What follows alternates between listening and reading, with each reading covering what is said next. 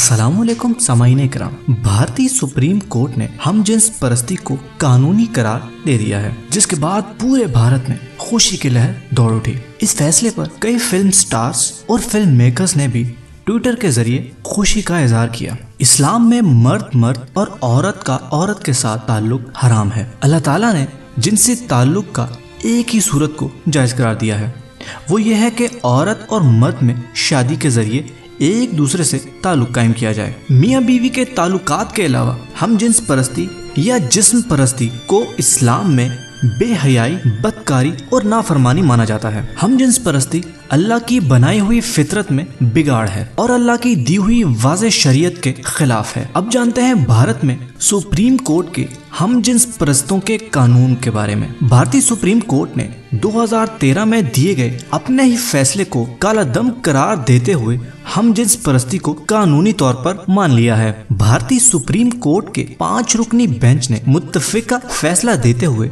हम जिन्स परस्ती को काबिल सजा जुर्म करार देने वाली कानूनी शिक 377 को मनसूख कर दिया, जिसके बाद मुल्क में अब हम जिन्स परस्ती जुर्म नहीं होगी। भारतीय चीफ जस्टिस दीपक मुशर्रफ ने फैसला सुनाते हुए कहा कि हम जिन्स परस्त बरादरी को मुल्क के दीगर शहरियों की तरह आइन के तहत बराबरी का हक हासिल है। एक दूसरे के हकूक का एहतराम करना आला तरीन इंसानियत है। याद रहे कि 1861 के कानून के मुताबिक भारत में हम जिन्स परस्ती की सजा 10 साल कैद थी और हाई कोर्ट ने 2009 में इसे नाकाबिल सजा जुर्म करार दिया था और इस मामले पर 2013 में सुप्रीम कोर्ट में समाअत हुई और आला अदालत ने हाई कोर्ट के फैसले को काला दम करार देते हुए अपना फैसला सुना दिया।